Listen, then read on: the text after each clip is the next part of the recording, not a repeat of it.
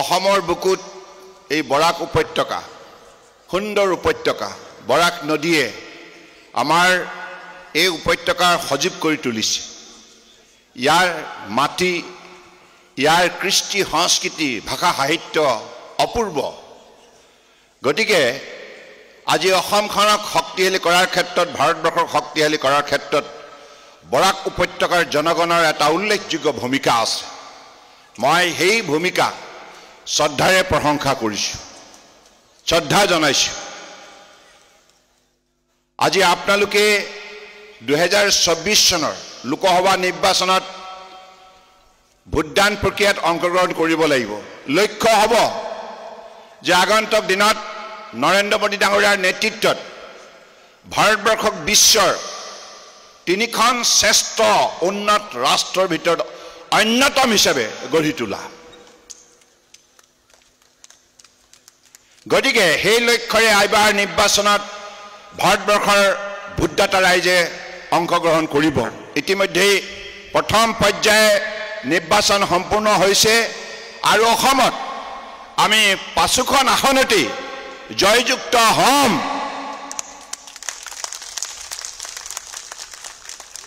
আৰু এই অসমত ভাৰতীয় জনতা পাৰ্টি আৰু মিত্ৰজোঁট এজিপি ইউপিপিএল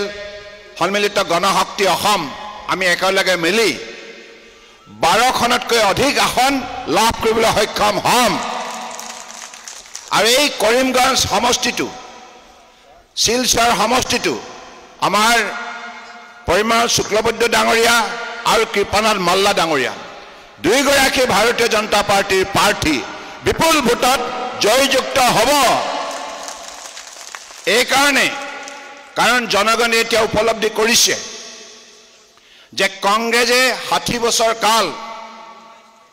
ৰাজত্ব কৰিলে দিল্লী আৰু দিছপুৰত তেখেতসকলে চৰকাৰ চলালে কিন্তু এই বৰাক উপত্যকাক কংগ্ৰেছ চৰকাৰে কোনোদিনে গুৰুত্ব নিদিয়াৰ কাৰণে কৰিমগঞ্জ আৰু শিলচৰ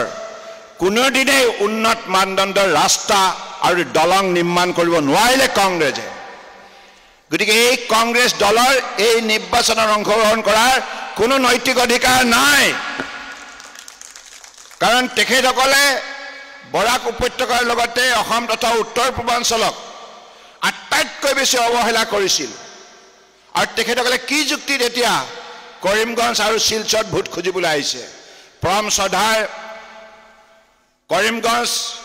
এই লোকসভা সমষ্টিৰ ৰাইজ আপোনালোকে কংগ্ৰেছক প্ৰশ্ন কৰিব যে আপোনালোকে 60 বছৰ কাল আমাৰ এই অঞ্চলটো কিয় পিছ পৰি থাকিবলৈ বাধ্য কৰাইছিল আমাক ৰাস্তা পদূলি দলং মেডিকেল কলেজ অনুষ্ঠান প্ৰতিষ্ঠান কিয় দিয়া নাছিল আৰু আপোনালোকে আনকি আমাক ট্ৰেইন লাইনটো দিয়াৰ পৰা সম্পূৰ্ণৰূপে আঁতৰি আছিল কিয় মাননীয় প্ৰধানমন্ত্ৰী নৰেন্দ্ৰ মোদী ডাঙৰীয়াই 2014 চনত যেতিয়া প্ৰধানমন্ত্ৰীৰ দায়িত্ব ল'লে তেখেতে থিৰাং কৰিলে ভাৰতবৰ্ষৰ বুকুত যিমান পিছপৰা অঞ্চল আছে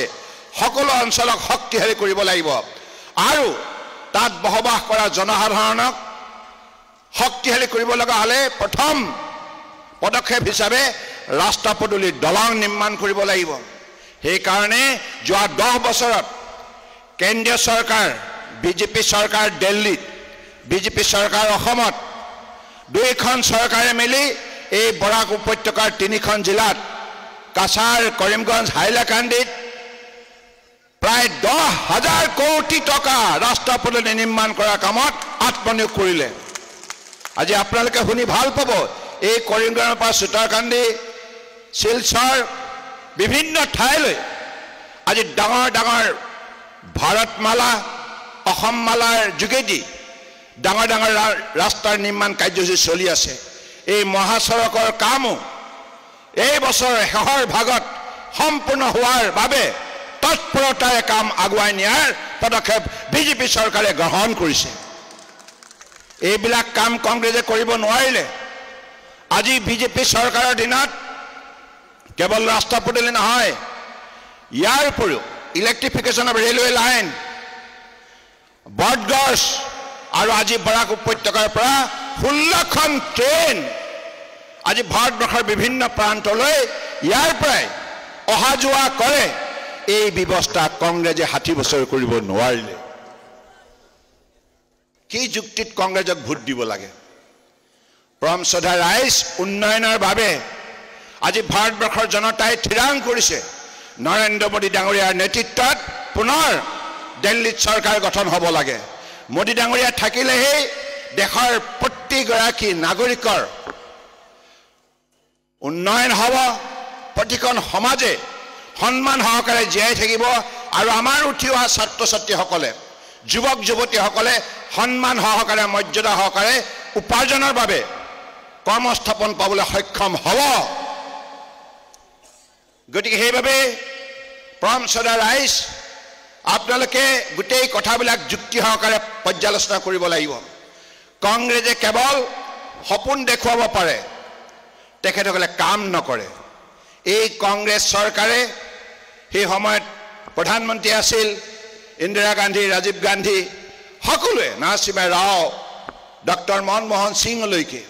সকলো প্ৰধানমন্ত্ৰী কৈছিল গৰীবী হাটাও কিন্তু ভাৰতবৰ্ষত গৰীবী কেতিয়াও আঁতৰাব নোৱাৰিলে কিন্তু আজি মোদী ডাঙৰীয়াই তেখেতসকলে যিমানবিলাক ভাৰত চৰকাৰৰ তৰফৰ পৰা আঁচনি আজি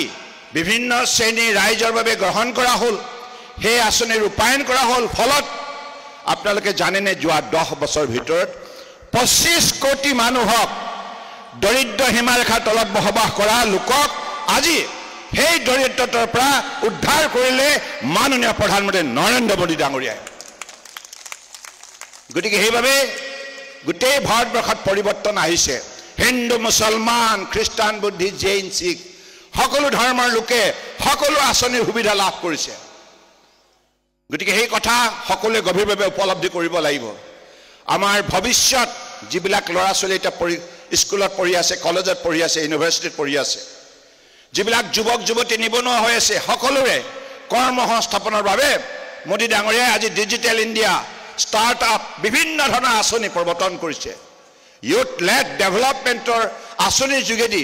আজি ভাৰতবৰ্ষৰ যুৱ শক্তিক সবলীকৰণ কৰা হৈছে এই বৰাক উপত্যকাৰ কৰিমগঞ্জ জিলা হাইলাকান্দি কাছাৰ তিনিখন জিলাই আগন্তুক দিনত ভাৰতবৰ্ষৰ বুকুত শক্তিশালীভাৱে আগুৱাই যাব পাৰিব কাৰণ মোদী ডাঙৰীয়াৰ কাৰ্যকালতে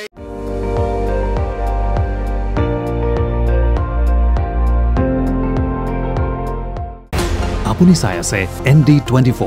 সৰ্বশ্ৰেষ্ঠ নহয় সৰ্বোত্তমৰ দৌৰ